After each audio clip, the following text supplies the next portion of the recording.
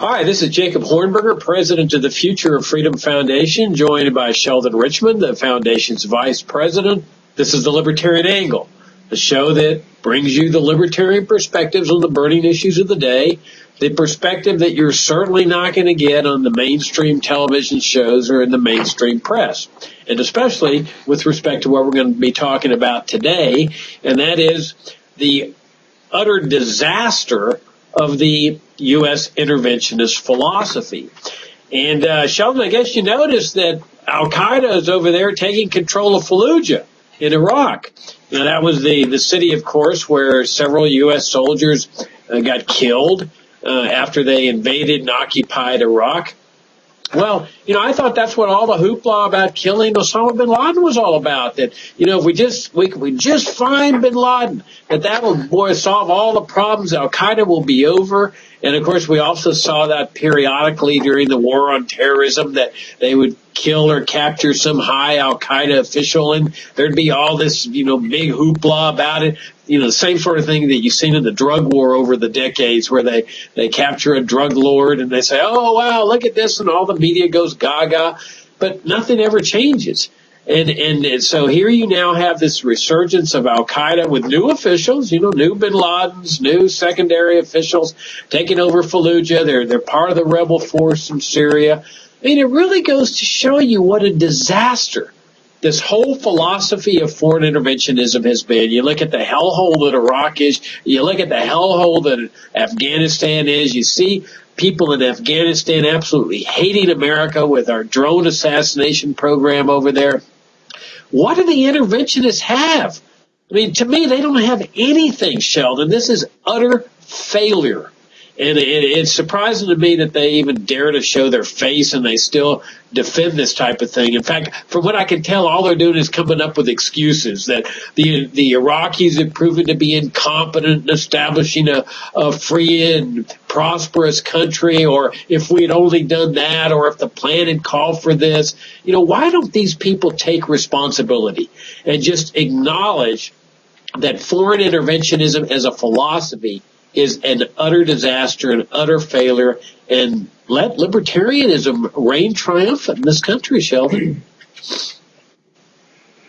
Well, it's a perpetual motion machine, and the reason it keeps going is because there are people who derive power, prestige, and money from the policy. There are plenty of people who sell goods and services to the government in connection with the policy, and then you have the policymakers themselves, both military and non-military, who build careers out of it.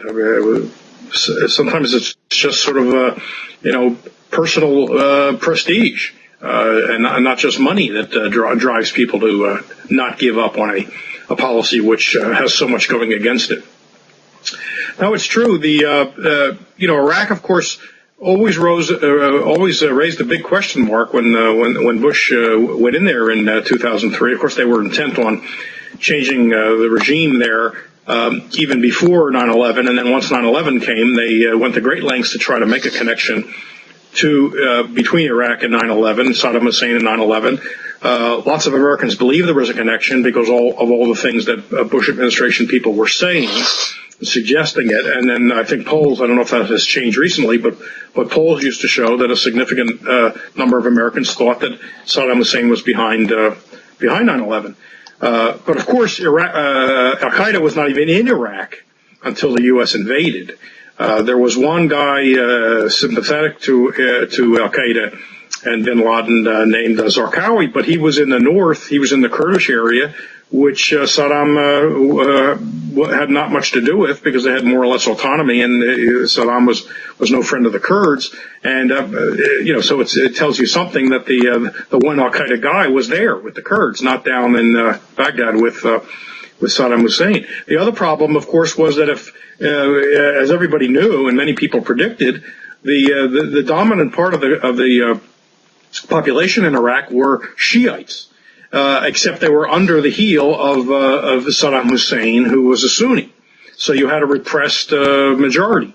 By overthrowing Saddam Hussein, the U.S. changed that situation, but the Shiites tend to be sympathetic to the Iranians, who are Shiites. And yet, how could that have made sense when the Iranians were not allies of the U.S.? The U.S. has been in a Cold War, more or less, with Iran since 1979, when the U.S. Installed a brutal monarch, the Shah, was overthrown, and there's been this covert proxy war and otherwise Cold War with Iran ever since. So why would the U.S. have gone in? Why would the U.S. government have gone in and helped to create a government in Iraq which we knew was going to be sympathetic to Iran, unless they had Iran on the agenda next? So that's another, and maybe they do. As we can see, a lot of members of the U.S. government today would like to go to war against Iran, like to team up with Israel and go to war against Iran and change the regime there. So there was no Al Qaeda in Iraq until the U.S. invaded Afghanistan and then Iraq. And the result of that policy, of course, was to spawn franchises all over the place, Iraqi Al Qaeda franchises in Syria and in Africa and the Arabian Peninsula. And so the funny thing is, the U.S. is on Al Qaeda's side in Syria, where they all want to overthrow Assad. So I don't know why the U.S. doesn't just go into Iraq, send its bagmen in from the CIA with a lot of cash, and tell them, look, we'll give you the money if you just cross the border and go into Syria, where we're fighting on the same side. It seems like an easy solution from their point of view. Well, and I think it's important to go back to a little bit of history on this Iraq thing, because Saddam Hussein, they were billing as, the new Hitler, and throughout the 90s, he was the big boogeyman, that Saddam Hussein's coming to get us, we need to do something or whatever. And let's keep in mind that this guy was the U.S. government's buddy and partner. Yes, this brutal dictator was their buddy and partner throughout the 1980s when he was waging his war against Iran. And now, why did they like him when he was waging war against Iran? Well, because the Iranian people had the audacity to oust the democratically appointed prime minister of the country in '53, Mohammad Mossadegh, and the U.S. ousted him, smashed and destroyed Iran's experiment with democracy in order to install another brutal dictator that was their buddy and partner, and that was the Shah. And, of course, this started the national security state's ardent love of dictators, and a love that goes on today, as we see in Egypt and Bahrain and so many of these other countries where there's brutal dictators that the U.S. supports, builds, and fortifies. And so all of a sudden, Saddam Hussein goes independent on them, and they say, oh, well, now we need some regime change, and they come up with all these things about, oh, well, he had something to do with 9/11, or he's got WMDs, and he's coming to get us. And, of course, it was all about regime change. And when the WMDs didn't show up, it was so fascinating how the interventionists just seamlessly converted the justification into this cost-benefit analysis, where it's okay for U.S. troops to kill any number of Iraqis. There was never an upper limit on it, in order to bring the survivors, freedom and prosperity and a paradise.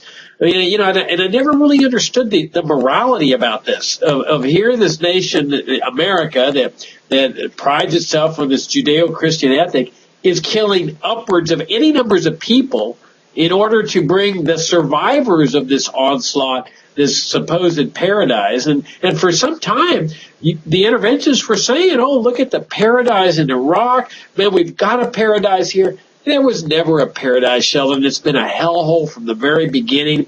And the best proof of that is U.S. officials would never take their families on vacation to this so-called paradise. And the reason they wouldn't, because they knew it was a hellhole, that they'd be killed or kidnapped immediately. The same way that they've established this hatred and animosity for America and Pakistan with all their drone assassinations, Afghanistan. They're not about to take their families on vacation to Afghanistan. It's another hellhole. It's just a total failure of this philosophy. And unfortunately, they just won't accept responsibility for it. The thing that American people need to understand is that the U.S. For many, many years has been allied with some of the darkest, most repressive forces in the Middle East and in Central Asia, and so has aggravated problems there. Now, sometimes there are dark forces on two sides of a conflict. That's certainly possible, but that doesn't justify the United States government taking sides in such a conflict. They used to joke about the WMD that we know that Saddam Hussein has WMD because we have the receipts. Because in the 80s we were furnishing the elements of chemical and biological weapons to Saddam Hussein. Even when we'd already used chemical weapons against the Iranians during the war that he launched in 1980. And during that war, the U.S. furnished satellite imagery and other intelligence to help him fight his war against the Iranians. By the way, the Iranians have not forgotten that. The U.S. also shot down a civilian airliner during that war, an Iranian civilian airliner, killing more people than were killed on the Pan Am 103 flight over Lockerbie. Back, in the, what was that, the 90s or the late 80s. Terrible things. The U.S. has been allied with terrible, terrible people and terrible forces. And I throw into that Israel because don't forget, Israel brutally occupies the Palestinians and does not respect their rights and subjects them to torture and just daily degradation and harassment and all kinds of things, taking their resources away from them. And so the U.S. has consistently been on the side of repugnant forces that if the U.S. if the American people actually knew about it, I think they'd be appalled. And yet, I don't see any signs of change. The U.S. the U.S. government's always able to rationalize and justify and like I say, they're allied with some pretty bad people against Assad. Now, Assad is a bad person too, but that doesn't justify the U.S. Getting in there. The lesson it leads to is that we sometimes think, and maybe not the people who actually study this stuff, but I think generally people think, well, look, the people in the State Department and the Pentagon and the White House, they kind of know what they're doing. They have information we don't have. They're intelligent. They know the region. They've studied the region, and that's what we have to debunk. They don't know what's going on there, and I'm not claiming we know either, but we're not trying to devise a policy for it, where we can, go in and with a fine instruments calibrate change and manage change. That's a fool's paradise. That cannot be done. These are complicated societies with old grievances. Don't forget in the 20s, the imperial powers, France and England, divided up the Middle East by drawing lines in the sand, not caring that it went through tribes and divided up ethnic groups on either side of the line, which created animosities and later, fights and struggles. I mean, these people don't know what they're doing. They're just arrogant with power. They have their own interests in mind, and they go in oblivious to the interests of the people whose future they are determining. The whole policy is bankrupt, and I agree with you. It just needs to end, not be reformed, not be improved, not become more intelligent. End. And we need to institute non-interventionism. Yeah, your point about aligning how the U.S. government has aligned itself with some of these evil, dark regimes is something that you're never going to hear in the mainstream media. And you mentioned Assad, which they now want to replace, they want to get rid of. But let's not forget that he was a torture rendition partner of the U.S. national security state. This is where they kidnapped Mehar Arar, this Canadian citizen. And somehow or another, we still don't know the details of how the contract came into existence, but the CIA cut a deal with the Assad regime to take this guy into custody and torture him. Turned out that he was totally innocent, but the point was that somehow or another they were able to establish this partnership with this evil regime, which they themselves will now admit is an evil regime and that they'd like to see ousted. That didn't stop them from entering into a partnership with it. And another good example is Egypt, which I'm writing about this week. I mean, I don't think you could have a better example of a tyrannical, evil regime than this Egyptian dictatorship. It's phenomenal. They have destroyed Egypt's experiment with democracy, and it's all the same racket over there, to protect the exalted position of the military and the vast military-industrial complex and all its commercial establishments, people making money off it. They've killed 1,000 demonstrators or more who are opposing this regime. They've arrested foreign members of the press. I mean, you couldn't have a better example of tyranny than this regime, and yet It is the U.S. national security state that has built up this thing over decades with financial support, armaments. I mean, these bullets that are killing these kids, these college demonstrators, they have been printed on them, made in the USA. And that was the whole purpose of fortifying this regime, the same reason they fortified the Shah's regime. This provides the means by which tyranny can suppress any dissent. So all these armaments, they're finally coming to fruition here in Egypt. And so there's this partnership with darkness. We see it in Bahrain. We've seen it in history when they ousted the democratically elected president of Guatemala. They put a succession of brutal military dictatorships in. Now, I don't know what it is about the national security state over here. They seem to have a predilection for military dictatorships. They did it in Chile with Pinochet, who they still believe it was a great positive force, despite the fact that he was rounding up tens of thousands of innocent people for their beliefs, killing them, torturing them, raping them. What we got to recognize, Sheldon, is it's two things. It's a structural thing and it's a philosophical thing. The structural thing is this change that took control over America toward military empire, establishing this empire of bases overseas, and then this philosophy of regime change, interventionism. So you got the vast military-industrial complex, you got the CIA, then you got the NSA spying on Americans to protect us from the very threats that this machinery is producing, especially this perpetual war on terrorism.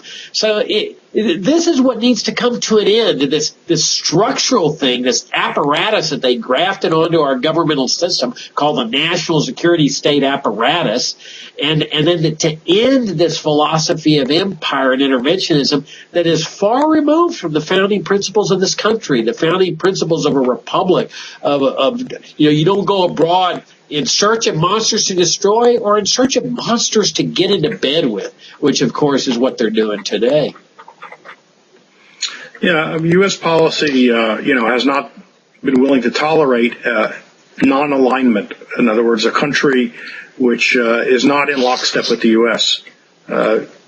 And so we see that in the Middle East. We see that in the alliance with Saudi Arabia, which is a theocracy, by the way, and Bahrain, where the U.S. is willing to team up with dictators, whether they be military or hereditary, monarchies, as in Saudi Arabia, and that's okay with the policymakers as long as those rulers see things, the Americans' way, and pretty much stay on the reservation. Now, occasionally they may stray, but given the alternatives, the U.S. policymakers stick with their current allies. But occasionally that can change, like you say, with Saddam. Saddam went from ally to nemesis and the new Hitler and all that.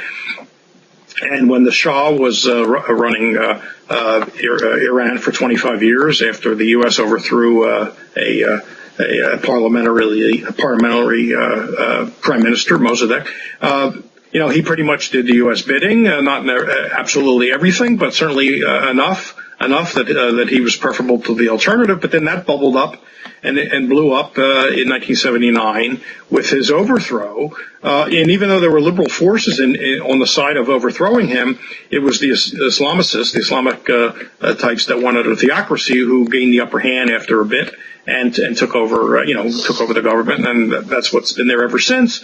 And of course, the U.S. has been engaged in subtle, covert, and even proxy warfare against Iran, along with Israel, to kill off scientists and fund ethnic Iranians who want to who are against the regime, and give them money, and they've committed terrorist acts in Iran. This is why the U.S. does what it does, why the government does what it does. It can't tolerate non-alignment.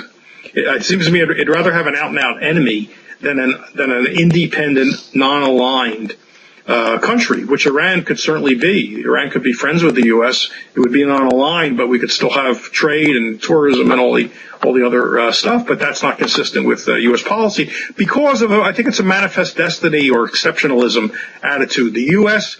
is the self-anointed leader of the world, and therefore it must be dominant in all things, and it cannot have countries especially developing countries, pursue independent paths that may bring it once in a while, into conflict. I don't mean military conflict, but just a difference with the U.S. and therefore it needs to micromanage regimes and events, and that explains the foolish things that it has done repeatedly over many decades. I think it's an inherent part of this move toward empire that America took. I mean, they think like imperialists. This either you're with us or you're against us, and there's no such thing as independence or non-alignment. We saw this during the Cold War, that after the national security state comes into existence, there are certain regimes in Africa, Latin America that are saying, look, we don't want anything to do with the Cold War.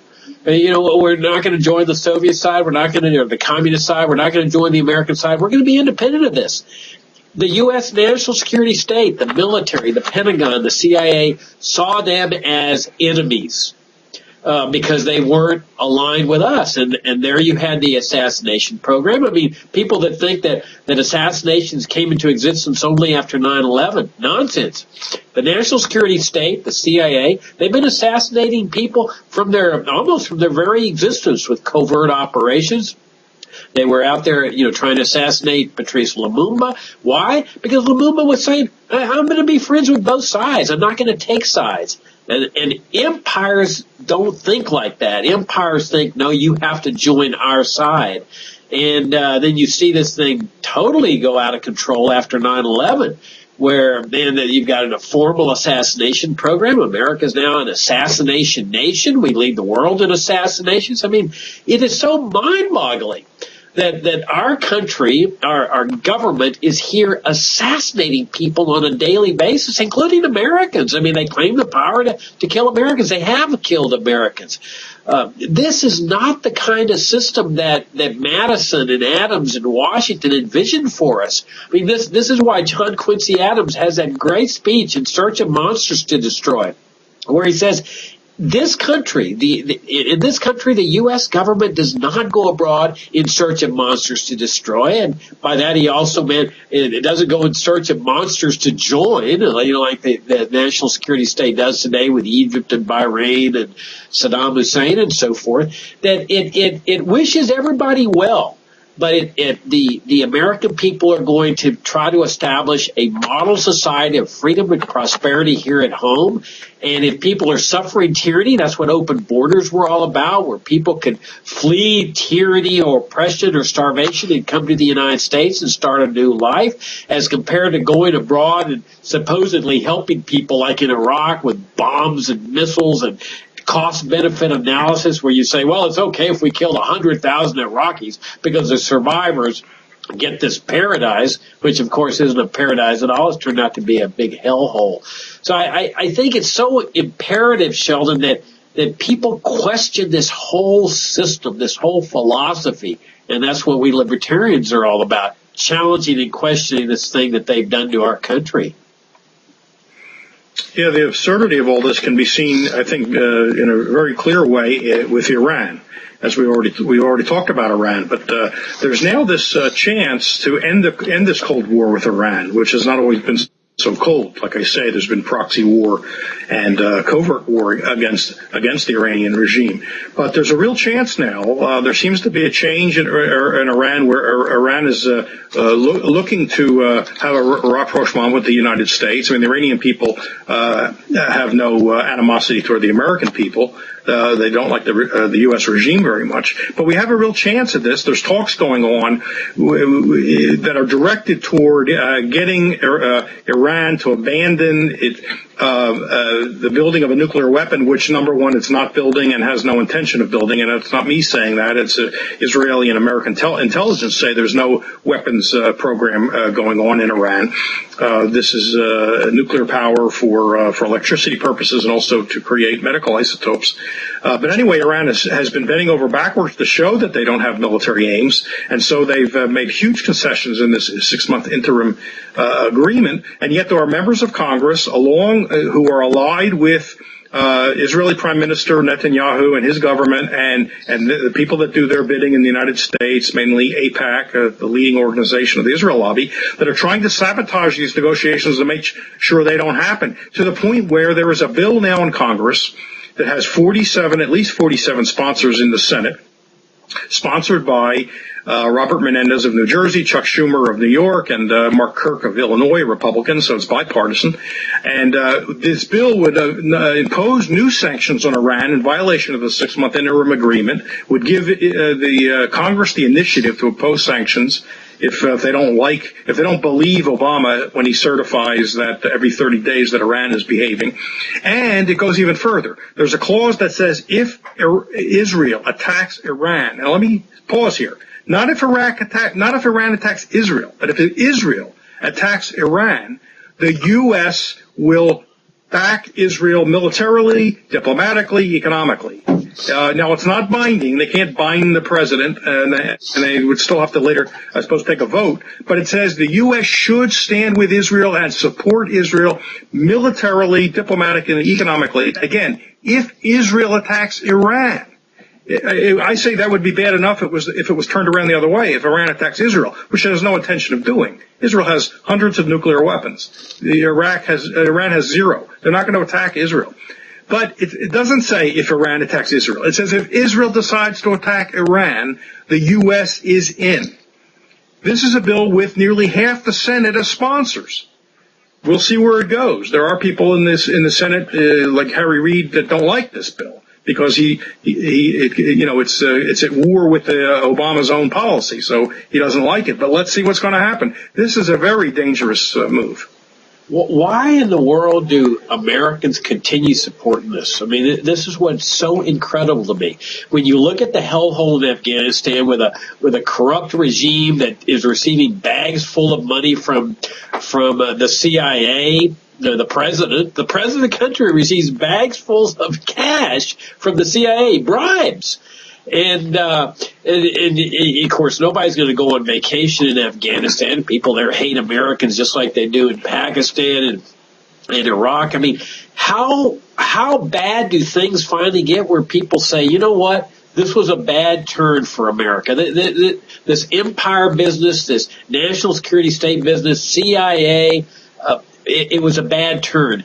When are people going to question that? But even more specifically, when are the American soldiers and their families going to question this? Because, I was just reading where another American's been killed in Afghanistan. How can families of these military people that are dying not sit there and say, what are they dying for? How can the soldiers over there not say, what are we dying for? And also, what are we killing for? Because, they're coming back all screwed up in the head. My feeling is that this isn't just post-traumatic stress disorder. This is guilt. You got no right to be over there killing people. Most of the people they killed in Afghanistan had nothing to do with 9/11. And none of the people in Iraq that they killed had anything to do with 9/11. So they're killing and dying for nothing. The same thing that they were doing in Vietnam, Sheldon, where they sent 58,000 American men to their deaths for nothing. And what are the excuses? I mean, I think one of these days we ought to have a show just dealing with their justifications, like America's got to go abroad to protect our national interests. Well, what does that mean? I mean, that has no beating it off. Mack truck could drive through that justification. It's all subjective. I mean, you're going to use national interest. Everything's in the national interest according to statists that want to intervene or to protect oil. We know as libertarians that once oil enters into the marketplace, anybody can buy it. You don't need to worry about some dictatorial regime that's anti-U.S., controlling a country that's got oil resources. Or one of my favorite ones is the power vacuum. A power vacuum is going to form. Well, what the heck does that mean? Who cares? You'll see the Swiss government, whose foreign policy is founded modeled much like on America's founding principles. You don't see them at anxiety and distress over the power vacuum. And so all these things are just bankrupt, absolutely bankrupt. And when are people going to say, you know what? You libertarians have been right the whole time, the same way we've been right on so many other aspects of our lives, drug war on poverty, the whole shebang.